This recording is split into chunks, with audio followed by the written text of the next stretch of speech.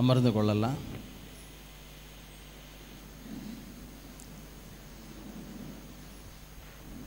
ஒரு முறை நெல்லை ஜெபராஜ் அப்படின்னு ஒரு அருமையான சுவிசேஷகர், அவர் இப்போ இருக்காரா, இறந்துட்டார்னு நினைக்கிறேன். நெல்லை ஜெபராஜ் போன வருஷம்தான் இறந்தார். 90 வயசுக்கு மேலே இருந்து அவர் ஒரு முறை இந்த காரைக்குடி பக்கம் ஊழியம் செஞ்சுட்டு பல வருடங்களுக்கு முன்பாய் அங்கே ஊழியம் செஞ்சுட்டு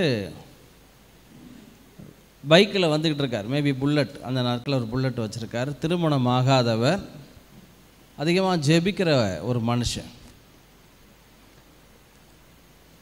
அவர் ஊழியம் செய்கிறது பிடிக்கலை, ஆண்டவருக்குள்ளே அநேகரை நடத்துகிறாரு அப்படின்னு சொல்லி அவர் மேலே அவர் எப்படியாவது போட்டுறணும், அவர் கொன்றணும் அப்படின்னு காரைக்குடியிலேருந்து இரவில் ஊழியத்தை முடிச்சுட்டு 2 மணிக்கோ 1 மணிக்கோ அவர் அங்கேருந்து புல்லட்டில் வந்துட்டுருக்கார். அப்போது இவர் எப்படியாவது இது பண்ணிடணும் அப்படின்னு சொல்லி தேங்க்யூ.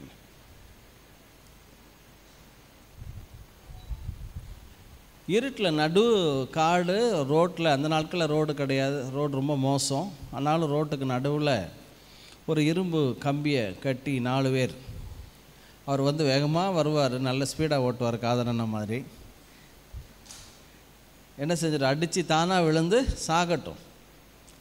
இப்போ வந்து என்ன ஆகி போயிடும், இவங்க கம்பி எடுத்துகிட்டு போயிட்டாங்கன்னா ஆக்சிடெண்ட்டில் செத்து போனார் அப்படின்னு பிளான் பண்ணி அவங்க நைட்டில் இருக்காக. கும் இருட்டு, அந்த நாட்கள் 40 வருஷம் முன்னால், சரியான விளக்குகள் கிடையாது. அவுட்டரில் காரைக்குடி ஊழியத்தை முடிச்சுட்டு வரும்போது அவர் ஓட்டிக்கிட்டே வர்றாரு. இவங்க பார்த்துக்கிட்டு, இவங்க வந்து ரொம்ப இருட்டில் லைட்டாக பார்க்குறாங்க.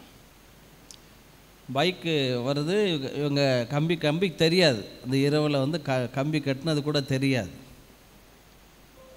ஆனால் கரெக்டாக என்ன நடந்துச்சு அப்படின்னா, கரெக்டாக கம்பி இவங்களுக்கே தெரியல, வர்றவருக்கு தெரியவே வாய்ப்பு இல்லை. ஆனால் அந்த இடத்துல இவர் அறியாதபடி குனிந்து கடந்து வந்துட்டார். இவங்களுக்கு பெரிய ஆச்சரியம், என்னடா இவ்வளோ இருட்டு, நம்ம கண்ணுக்கே தெரியலை கம்பி, இவர் கம்பியில் வந்து மோதி கீழே விழுந்து மண்டை உடஞ்சி சாகட்டும் நம்ம பிளான் பண்ணால் கரெக்டாக அந்த இடத்துல வந்து குனிஞ்சு நிமிர்ந்து வந்துட்டாரே அப்படின்னு இவங்களுக்குள்ள ஒரு பெரிய மன மாற்றம். அடுத்த நாள் நேராக நெல்லை ஜெபராஜ் அவருடைய வீட்டுக்கு போய், ஐயா எங்களை மன்னிச்சிருங்க அப்படின்னு அவர்கிட்ட மன்னிப்பு கேட்டு, ஏன் மன்னிக்கணும், என்ன விஷயம்? இல்லை, நேற்று நைட்டு நீங்கள் ஒரு 2 மணி போல் இன்றைக்கி காலையில் காரைக்குடி ஊழியத்தை முடிச்சுட்டு வந்துக்கிட்டு இருந்தீங்க. அப்போ நாங்கள் நடு காட்டில் நடு இருட்டுக்குள்ளே ஒரு நல்ல கம்பி கட்டி அதில் வந்து நீங்கள் மோதி கீழே விழுந்து மண்டை உடஞ்சி சாகட்டும் அப்படின்னு தான் பிளான் பண்ணியிருந்தோம். எங்களுக்கே அந்த கம்பி தெரியலை, ஆனால் நீங்கள் கரெக்டாக அந்த இடத்துல வந்த உடனே குனிஞ்சு வந்துட்டீங்க. எப்படி வந்தீங்க, எப்படி நடந்துச்சு எங்களுக்கு தெரியலை, உங்கள்கிட்ட இருக்கிற தெய்வம் மெய்யான தெய்வம் அப்படின்னு சொன்னாங்க. இவர் யோசிச்சு பார்த்தாரா, நான் எப்போ குனிஞ்சேன், இவருக்கே தெரியலை. இல்லையா, நீங்கள் அந்த குறிப்பிட்ட ஊருக்கு முன்னால் அங்கே தான் நாங்கள் கட்டியிருந்தோம். யோசிச்சு பார்த்து பிறதான் ஞாபகம் வந்துச்சா, இவங்க கம்பி கட்டியிருக்கிறதுலாம் அவருக்கு தெரியாது. ஆனால் நான் பைக்கில் வரும்போது ஒரு குறிப்பிட்ட இடத்துல ஒரு வண்டு முகத்தில் வந்து பட்டுச்சு, நான் குனிஞ்சேன், பிறகு நிமிர்ந்தேன், அதான் எனக்கு தெரியும். ஆனால் ஆண்டவர் தப்பு வைத்து கொண்டார். கரங்களை தாட்டுங்களா, அல்லேலூயா அல்லேலூயா. கண்களை கண்ணீருக்கும் நம்முடைய கால்களை கண்ணீர்களுக்கும் நம்ம ஆத்மாவை மரணத்துக்கும் தப்பு வைக்கிற ஒரு நல்ல அப்பா நமக்கு இருக்குது. நமக்கு தெரியாது பதிவிடைகள் கண்ணிகள் எங்கே இருக்குன்னு தெரியாது. ஆனால் ஒன்று தெரியும், பிறந்த நாள் முதல் இந்நாள் வரைக்கும் நம்ம நடத்தி வருகிற கருத்தை. அல்லேலூயா அல்லேலூயா. கண்களை மூடி, ஜி குட்ராஜா, சுகம் உண்டு, பலன் உண்டு, ஜீவன் உண்டு உம் பாதத்தில்.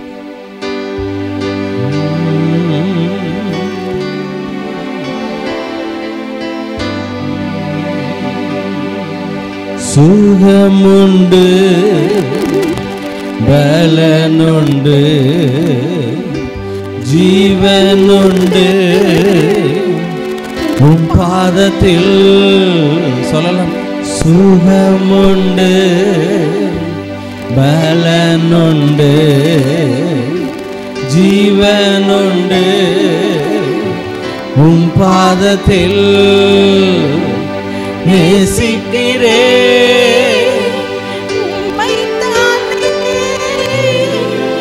என் தெய்வமே என் இயேசுவே.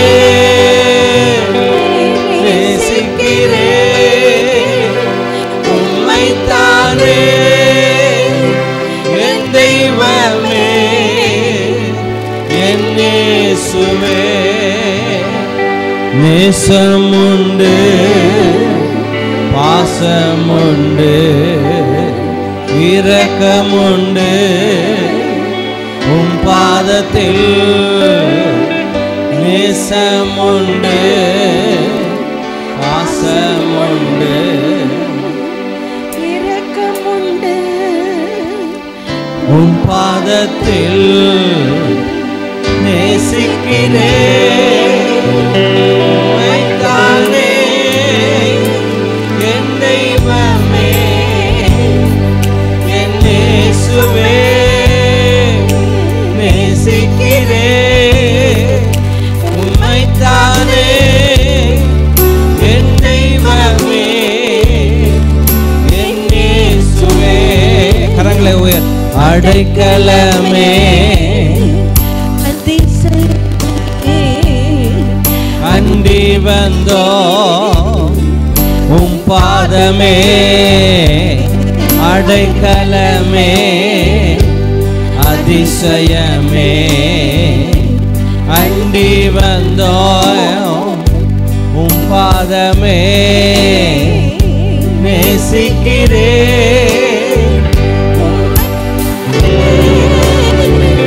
என் தெய்வமே என் இயேசுவே. கரங்களை உயர்த்தி. நேசிக்கிறே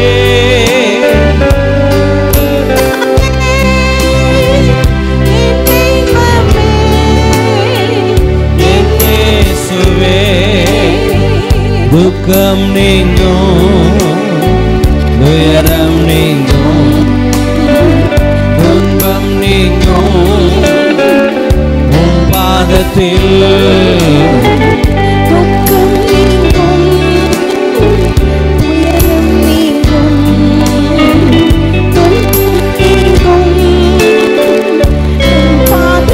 கரங்களை உயர்த்தி. நேசிக்கிறே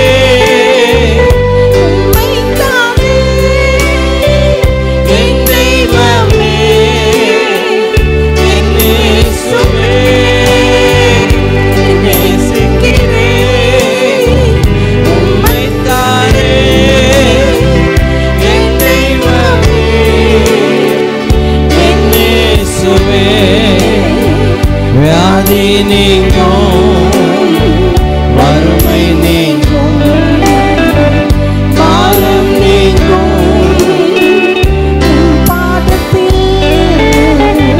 வியாதி நீங்கும் வறுமை நீங்கும் பாரம் நீங்கும்.